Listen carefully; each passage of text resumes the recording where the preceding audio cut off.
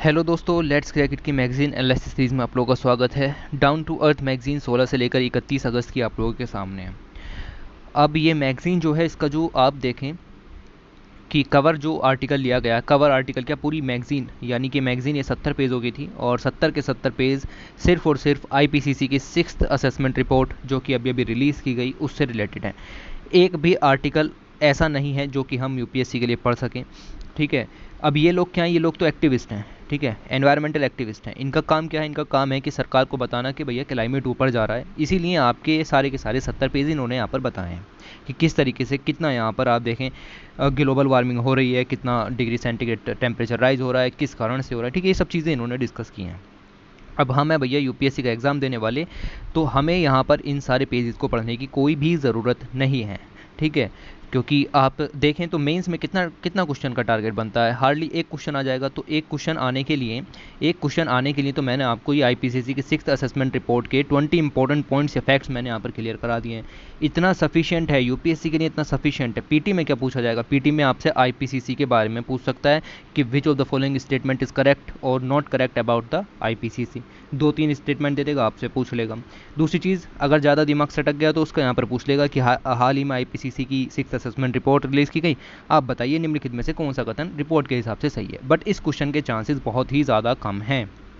Okay, तो ये चीज़ आपको ध्यान में रखते हुए अपना काम यहाँ पर करना था और इस मैगज़ीन को हमें यहाँ पर नहीं पढ़ना है। शुरू में बहुत सारे खूबसूरत आर्टिकल भी निकलते थे, लेकिन इस मैगज़ीन में वो भी नहीं दिए हैं, ठीक है। तो इस वजह से पूरी की पूरी मैगज़ीन आपको बिल्कुल भी नहीं पढ़नी।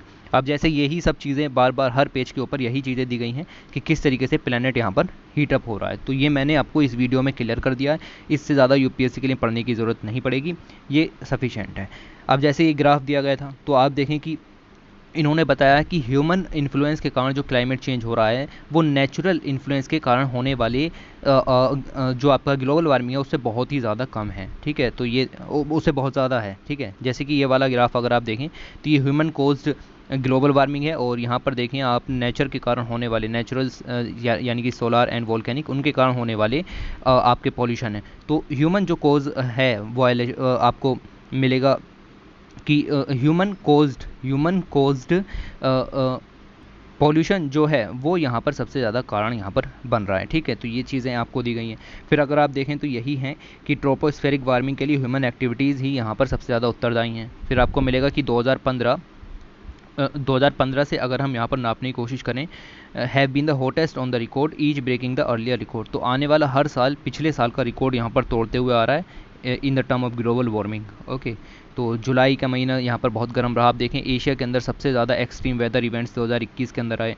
आप देख सकते हो कि पीपल कितने अफेक्टेड हैं, डेथ कितनी ज़्यादा हुई है। भाई अगर आप इतना सब पढ़ने बैठोगे तो फिर बाकी कोर्स का क्या करोगे, ठीक है, बाकी कोर्स का क्या करोगे। तो बस सफिशिएंट है, जितना पढ़ा दिया गया है सफिशिएंट है। क्लाइमेट एक्सट्रीम इवेंट्स, ये आप देखें बायोलॉजिकल इवेंट के कारण भी यहाँ पर बढ़ते चले जा रहे हैं, इकोनॉमिक लॉस भी इनसे होता है। फिर इन्होंने मैगजीन के अंदर एक चीज़ के बारे में बताया, that is called tropical forest vulnerability index, that is TFVI। Okay, तो ये TFVI के बारे में बताया और मैं इस पर भी वीडियो बना चुका हूँ, ठीक है। अब क्या करें, जब इन्होंने यहाँ पर दे दिया था और मैंने पहले ही पढ़ा दिया, ऑलराइट। तो ये उष्ण कटिबंधीय वन संवेदनशीलता सूचकांक, इसके बारे में भी पूरा डिटेल में बताया था मैंने। आप यहाँ पर देखिए कि आर्कटिक जो हैं वो बहुत तेज़ी से यहाँ पर गर्म हो रहे हैं, ओके।